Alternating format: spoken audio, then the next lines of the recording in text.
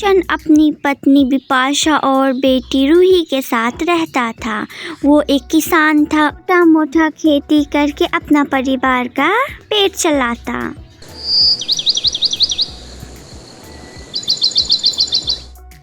बेटा, अच्छे से रहना, हम तुम्हारे रिश्ता के लिए बाहर जा रहे हैं, शहर जा रहे हैं और तुम्हें तो वो लोग पसंद भी कर लिए हैं।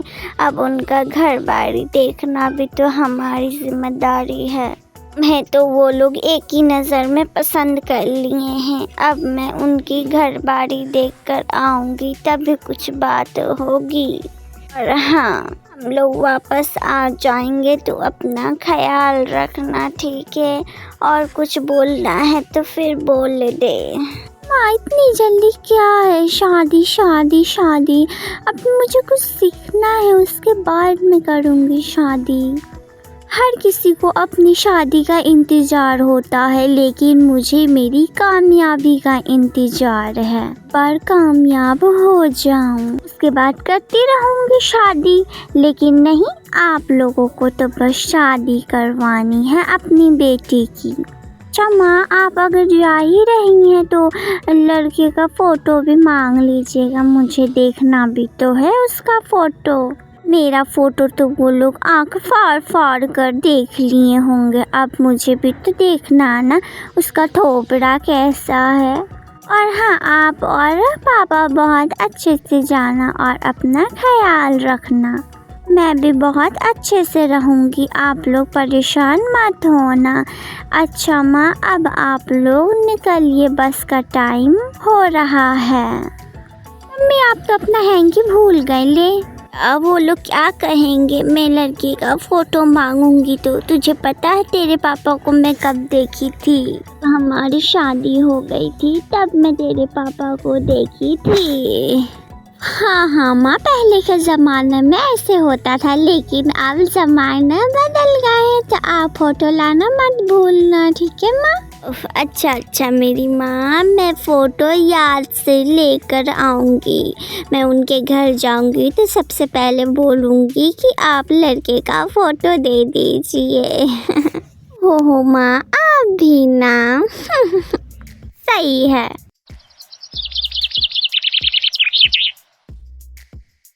ये क्या हुआ तुझे? कोई बात दिल पर लगी है या फिर किसी से दिल लगा बैठी हो? ना क्या हुआ यार? यार, तुम तो हर वक्त मजाक बेमूड में रहती हो। यहाँ तो मेरे पसीने छूट रहे हैं। मम्मी और पापा गए हैं शहर मेरे लिए रिश्ता देखने के लिए। मुझे बहुत ही ज़्यादा टेंशन हो रही है, मैं क्या करूँ क्या ना करूँ, कुछ भी समझ में नहीं आ रहा। और तू तो मेरी मूड का मजाक उड़ा रही है ना? वाह, ये तो बहुत ही ज़्यादा अच्छी बात है पगली, तू क्यों टेंशन ले रही है? ये तो बहुत ही ज़्यादा अच्छी बात है। अब वो सॉन्ग आएगा, हल्दी लागो हल्दी लागो। अच्छा, तू तो घर पर अकेली होगी तो चलना, हम लोग बैठकर आराम से बातें करेंगे। और हाँ, जीजू का थोड़ा फोटो तो दिखाना, फोटो शॉटो भी तो देखूँ मैं। वैसे लड़का क्या करता है? बोलना रूही, क्या हो गया यार, तेरी भी एटीट्यूड बढ़ गया है। हाँ, जिनकी भी शादी हो जाती है उनकी एटीट्यूड बढ़ जाते हैं। अभी तो तेरी हुई नहीं है, लेकिन तेरी तो अभी से एटीट्यूड बढ़ गए हैं। यार, सच कह रही हूँ ना, मेरे पास फ़ोटो हो ना ही मुझे पता है लड़का क्या करता है। खैर छोड़ना, मम्मी पापा गए हैं ना, फ़ोटो भी लेकर आएंगे और पूरी डिटेल्स उन लोगों की पूछ कर आएंगे। फिर मैं तेरे साथ आराम से बैठकर बातें करूँगी, ठीक है? चलिए, सही रहेगा। ठीक है, अब मैं चलती हूँ, अपना ख्याल रखना। Okay, bye.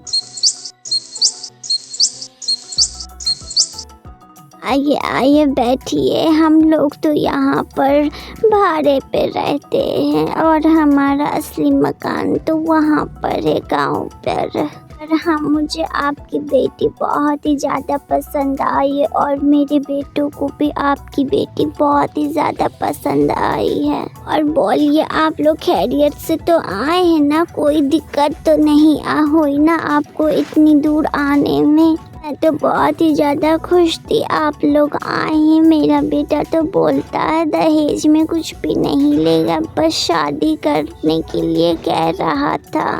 हाँ जी ना, कोई परेशानी नहीं हुई हमें आने में। वैसे आप लोग ठीक है ना? और आपका बेटा कहाँ है? अर्जुन बेटा कहाँ गया? नमस्ते नमस्ते।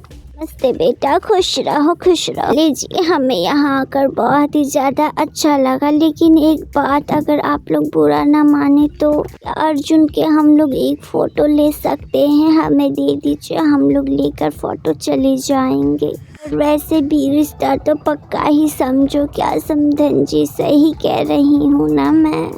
शादी की डेट रख देनी पड़ेगी, एक अच्छा सा मुहूर्त निकाल कर। अब हमें चलना पड़ेगा, है ना? अर्जुन बेटा, क्या देख रहे हो? हाँ, फ़ोटो। शुक्रिया बेटा, शुक्रिया। बेटा, उन्हें फ़ोटो दे दो अपना। हाँ तो समझन जी, रिश्ता तो समझो पक्का ही। आप लोग जाकर कॉल कर दीजिएगा, ठीक है? अच्छे से जाइएगा।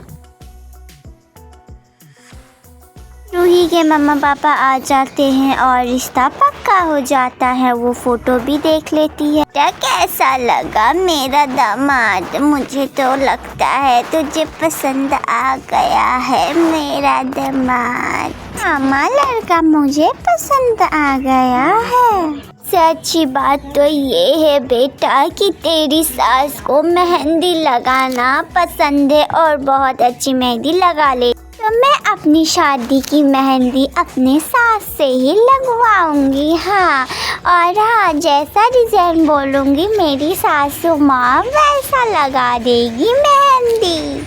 मम्मा, उनका क्या पार्लर है जो मेरी सास मेहंदी लगाती है? बोले ना माँ। ने पैसे कहाँ बेटी की, वो लोग बड़ा सा सैलून खोल ले, ऐसे ही घरों में लगाती है। अगर कहीं से ऑर्डर आया तो चली जाती है। इस सास का बहुत शौक है सैलून खोलने का। ओ तो ये बात है। तो चले माँ, सही रहा, आप दान दहेज में कुछ भी ना दे, बस एक सैलून खुलवा दे, लोगों को भी दिख जाएगा और साथ ही साथ मेरी सासू मॉम भी बहुत ही ज़्यादा खुश हो जाएगी और उनका बरसों पुराना सपना भी पूरा हो जाएगा। कैसा लगा माँ मेरा आइडिया? कैसा लगा बाबा जी मेरा आइडिया? तो सुनिए, आप दोनों यही कीजिएगा, इन रोड पर एक बड़ा सा सैलून खोल दीजिए ताकि मेरी सासू मॉम और मैं वहीं रहकर मेहंदी लगाए और मैं अपनी सासू मॉम से मेहंदी लगाना भी सीख लूँगी। अभी तो शादी के कुछ दिन बाकी हैं। के दिन एकदम करीब आ जाते हैं और रूही अपनी सास से ही मेहंदी अपने हाथों पर लगाती है और दोनों की शादी हो जाती है। रूही अपने सास को बहुत बड़ा सरप्राइज देती है, उसे डायरेक्ट सैलून में ले जाकर सैलून दिखाती है। देखा, फूट फूट कर रोने लगती है क्योंकि उसकी बरसों पुरानी ख्वाहिश पूरी कर दी उसकी बहू ने। बेटा, तुमने मेरी बरसों पुरानी जी, अब सब कुछ बिल्कुल ठीक हो गया है। आपकी ये ख्वाहिश थी ना बरसों पुरानी, लीजिए आज मैं पूरी कर दी। अब हम आप मिलकर बहुत सारी मेहंदी लगाएंगे।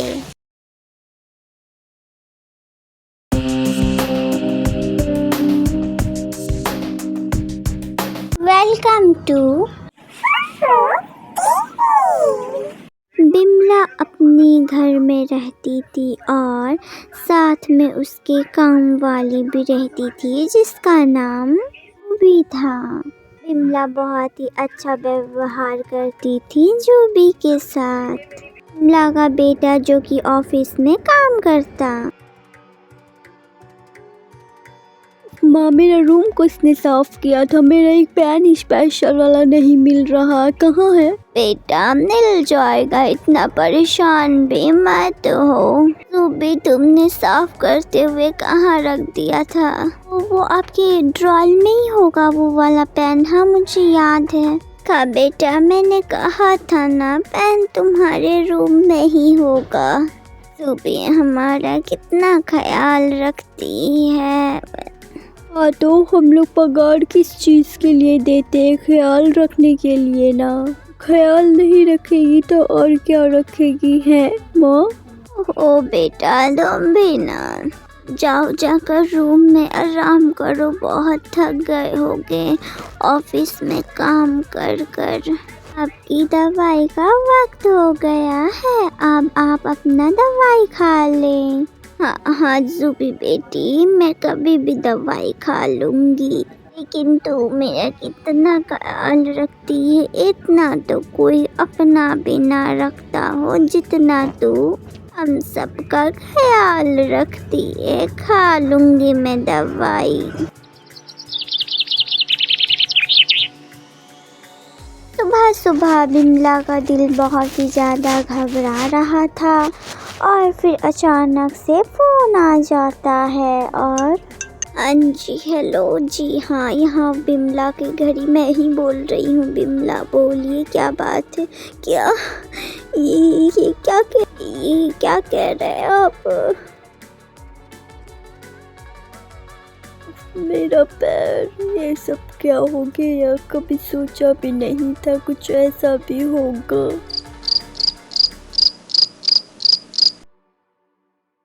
बिमला अपने बेटे के बारे में सोच कर फूट कर रो रही थी। पता नहीं मेरे बेटे को किसकी नजर लग गई है, मेरे बेटे को क्या हो गया? चुप करे माँ जी, चुप हो जाए। हाँ ये हुई ना बात, ऊपर वाला सब कुछ ठीक कर देगा, आप बस परेशान मत हुआ कीजिए। उनका बहुत अच्छे से ख्याल रखूंगी, देखना वो जल्दी ही ठीक हो जाएंगे। सुबह सुबह ज़ूबी जब संजय के लिए नाश्ता बना रही थी, तब उसको संजय की बहुत याद आने लगती है और वो भी फूट कर रोने लगती है। रोते रोते ही नाश्ता बनाती है। फिर ज़ूबी को बिमला आवाज़ लगाने लगती है और ज़ूबी चुप होकर बिमला के पास जाने लगती है। मैं आपको कितनी बार समझा चुकी हूँ, आप रोया मत कीजिए। मुझसे ये हालत देखी नहीं जाती मेरा बेटा का। ये सब क्या हो गया? मुझे तो अभी भी यकीन नहीं हो रहा है। मैं समझ सकती हूँ आपके दिल पे क्या गुजर रही है। मैं नाश्ता बना दी हूँ, आप और हम चलते हैं। थोड़ा जिद करेंगे तो वो नाश्ता खा लेंगे। चले, आप अपने हाथों से खिला दीजिएगा।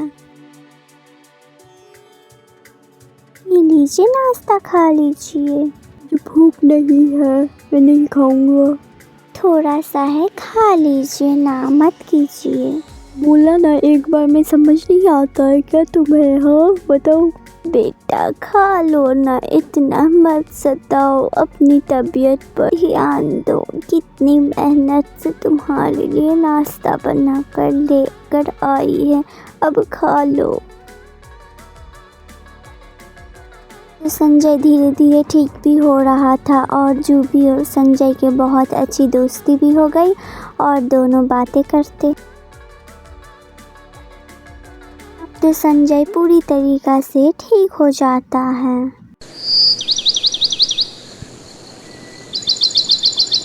मुझे माफ़ कर दो, मैंने तुम्हारे साथ बहुत बुरा बर्ताव किया, ऐसे कि तुम मुझे माफ़ कर देना। और हाँ माँ, मैं ज़ूबी से शादी करना चाहता हूँ। मगर ऐसा कैसे हो सकता? मैं तो एक नौकरानी हूँ और आप मुझसे कैसे शादी करना चाहते हैं? आज मेरे बेटे ने दिल की बात कह दी। मैं तो बहुत मन था तुझे अपनी बहू बनाने का, और ने जिस तरह से हमारे दिल में जगह बनाई है वैसे कोई बना भी नहीं सकता, और तेरी जैसी बहू भी मिलना मुश्किल है। मेरे बेटे का कितना ख्याल रखा, दिन रात एक कर दिया तुमने। मैं तुम्हारे माता पिता जी से बात करूंगी तुम्हारी शादी के लिए, और देखना वो लोग मान ही जाएंगे। अगर नहीं माने तो मैं हूँ ना, मैं मना लूँगी उनको। ने जिस तरह से हमारा ख्याल रखा है उस तरह से कोई भी ना रख सकता। तो फिर चलो शादी की तैयारी किया जाए। और हाँ, मैं तो तुम्हारा शॉपिंग बहुत अच्छे मॉल से करवाऊंगी। सबसे यूनिक शादी होगी हमारी घर की, तो वाह क्या बात होंगे। चलो फिर शादी की शॉपिंग करने के लिए ज़ूबी, जल्दी चलो।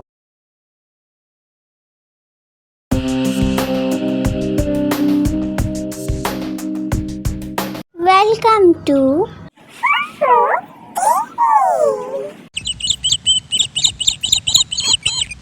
कानपुर गांव में पंचन अपने परिवार के साथ रहता था, अपनी पत्नी रोमिला और दिव्या के साथ। जिन गुब्बारे बेचा करता था रोड साइड, उसी में उसका ये हादसा हो गया और वो अपाहिज हो गया। से गुब्बारे रोमिला और दिव्या मिलके ही बेचा करती थी और जितना होता था उतने में ही खाना खाकर वो लोग सो जाते।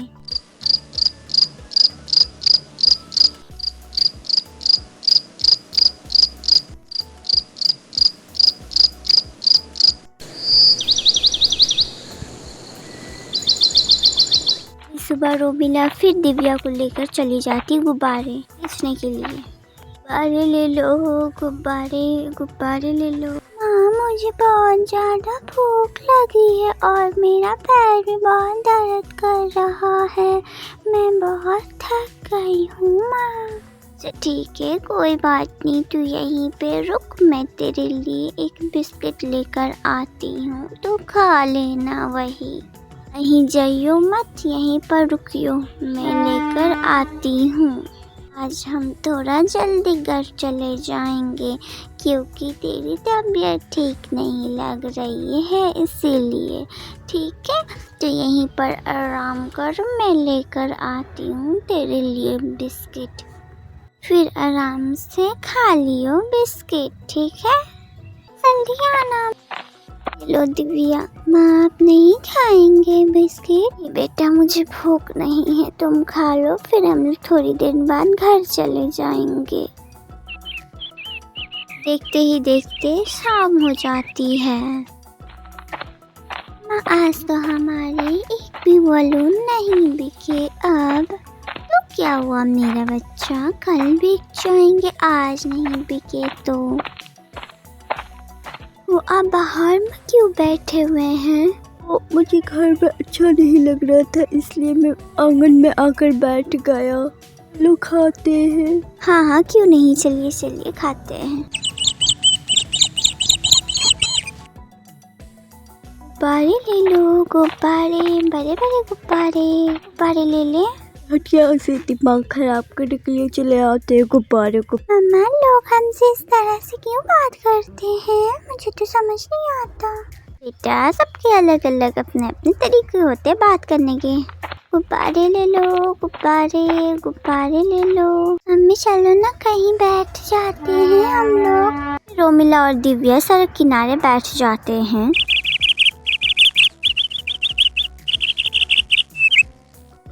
आज बहुत सारे ब्राइडल मेकअप आ रहे हैं और हेयर स्ट्रेटनिंग भी है।